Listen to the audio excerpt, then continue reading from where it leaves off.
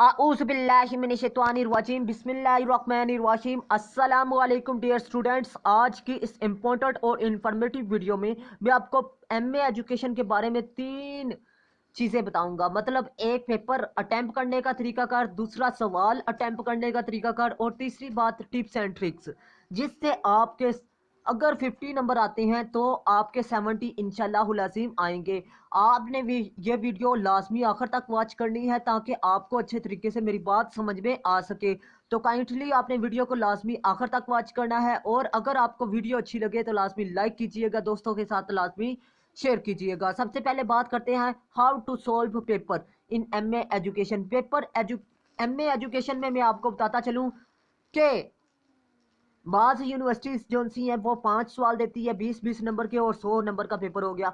बाज़ यूनिवर्सिटीज़ आपको 4 सवाल देती है 20-20 नंबर के और 20 एमसीक्यूज या शॉर्ट क्वेश्चन देकर आपके 100 नंबर मुकम्मल कर देती हैं। अभी सबसे पहले जो तरीकाकार मैं आपको पेपर सोल्व करने का बताऊंगा वो 100 नंबर के पेपर यानी 5 सवाल आपने अटैम्प्ट करने हैं तो वो बताऊंगा। सबसे पहले बताता चलूं कि ओल्ड तरीके से आप पेपर अटैम्प्ट करते हैं। ओल्ड तरीके में आप पहला सवाल वो करते हैं जो अच्छा हो।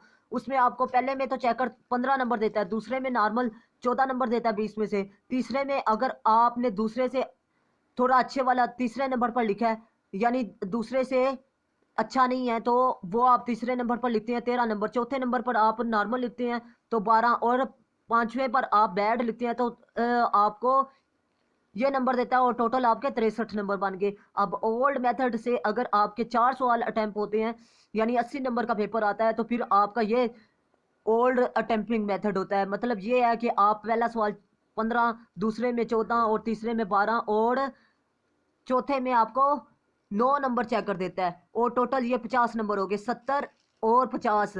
ठीक है, अब आपको बताता 63 बल्कि 63 और 50 नंबर बने थे। लेकिन अगर आप मेरे तरीकाकार को फॉलो करेंगे, मतलब पहला सवाल आप वो अटेम्प्ट करेंगे जो नॉर्मल है तो चेकर कहेगा कि ये नॉर्मल बच्चा है, वो आपको 14 नंबर देगा। दूसरे पे आपने अच्छे वाला लिखा है तो वो आपसे मुतासर होगा तो 16 नंबर देगा। अब वो इतनी जल्दी तीसरा सवाल आपने नॉर्मल लिखा है तो वो इतनी जल्दी 16 से 15 पर आएगा, 14 पर आएगा, लेकिन इससे नीचे नहीं जाएगा तो वो आपको 15 नंबर दे देता है। बैड जो सा वो आपने चौथे नंबर पर लिखा तो आपको 11 नंबर देगा। नॉर्मल आपने फिर लिखा है तो फिर आपको 14 नंबर देगा।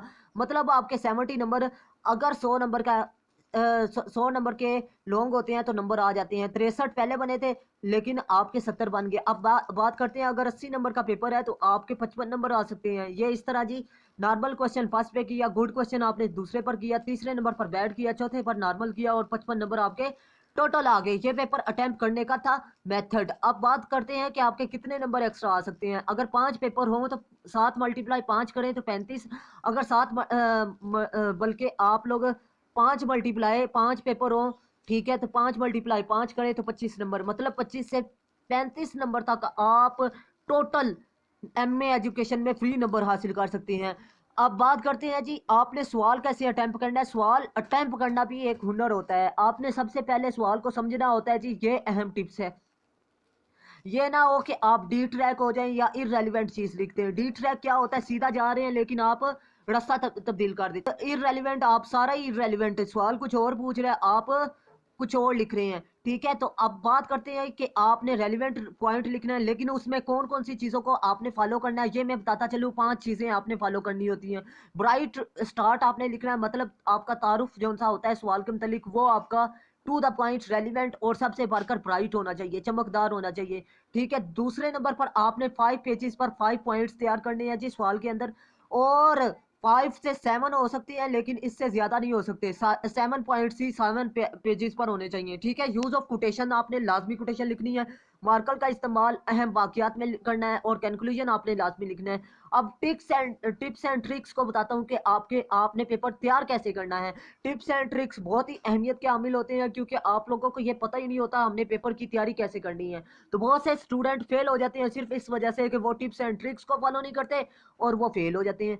इसकी वजह यह है कि वो स्टूडेंट अच्छे तरीके से गाइडलाइन नहीं लेते। गाइडलाइन ना लेने की वजह से वो नुकसान उठाते हैं। सबसे पहले मैं आपको बताता चलूं कि जो सवाल आपने तैयार किए हुए हैं उनको रिवाइज करें।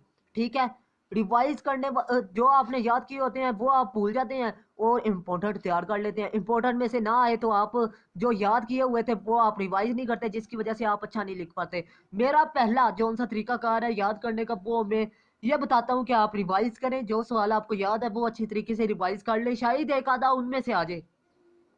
दूसरे नंबर पर आपने वो सवाल अटेम्प्ट तैयार करने हैं जो आपको इजी लगते हैं, टू द पॉइंट और इजी लगते हैं। तीसरे नंबर पर जो गैस वाले होते हैं। चौथे नंबर पर आपने हेडिंग्स और कोटेशन लाजमी लिखनी है जी।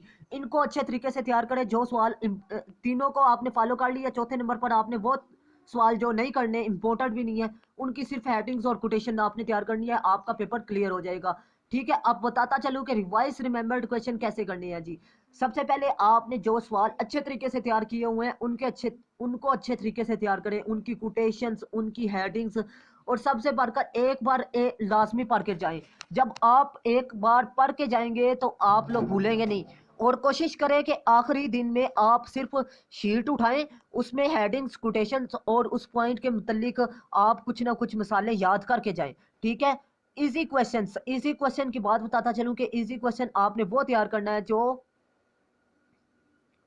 आपको इजी लगता है, जो टू द पॉइंट और सबसे इजी तरीके से आपको याद हो जाता है। बाज़ औक़ात ये होता है आपके पेपर में आपको वो सवाल इजी लगता है, जब आप देखते हैं आके ये घर में, यार ये पेपर तो मैंने तैयार किया हुआ था। एक बात होगी, पहले पेपर के बाद आप एक और टिप्स याद रखें, पहले पेपर के फौरन बाद आप दूसरा पेपर आके तैयार करें, ना कि पहले पेपर को खोलकर बुक में से देखें कि मेरा पेपर कैसे हुआ है। जब आपका पेपर अच्छा नहीं होता, आपके जहन में एक चीज़ बैठ जाती है, मेरा पहला पेपर नहीं ठीक हुआ, यार कुछ नहीं होता, अगले साल दे दूंगा। तो इस चीज से आपने लाजमी बचना है। आपने आकर नेक्स्ट पेपर की तैयारी करनी है। पेपर को जो हो गया सो हो गया, आप नेक्स्ट पेपर को अच्छे तरीके से तैयार करें। ठीक है, अब बात करते हैं इंपॉर्टेंट क्वेश्चन की। इंपॉर्टेंट क्वेश्चन जो मैं गेस्ट में से देता हूं या आपको गेस्ट मिलते हैं या जहां से भी आपको गेस्ट मिलते हैं वो तैयार करें। Remember headings and quotations. आपने हेडिंग्स और कोटेशंस टू द पॉइंट मुख्तलिफ 2 से 3 बुकों से उठाएं और रेलिवेंट उठा के लिख दें, या इंटरनेट से उठा लें, या आप 2 से 3 बुकों से उठा लें, जो इजीली आपको याद होती है वो आप तैयार कर लें।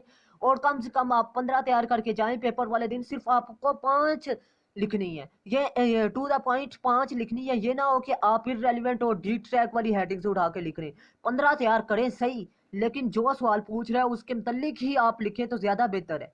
ठीक है, इसमें आपके अच्छे नंबर आएंगे। और सिर्फ आप 5 हेडिंग अगर लिख रहे हैं वहां पर, तो 5 को ही एक्सप्लेन करें, ना कि 7 आप लिखें और 5 को एक्सप्लेन करें। इस तरह नहीं करना। तो मैं उम्मीद करता हूं आपको अच्छे तरीके से मेरी बात समझ में आ चुकी होगी। अगर कोई चीज़ समझ में नहीं आई तो लाजमी पूछिएगा।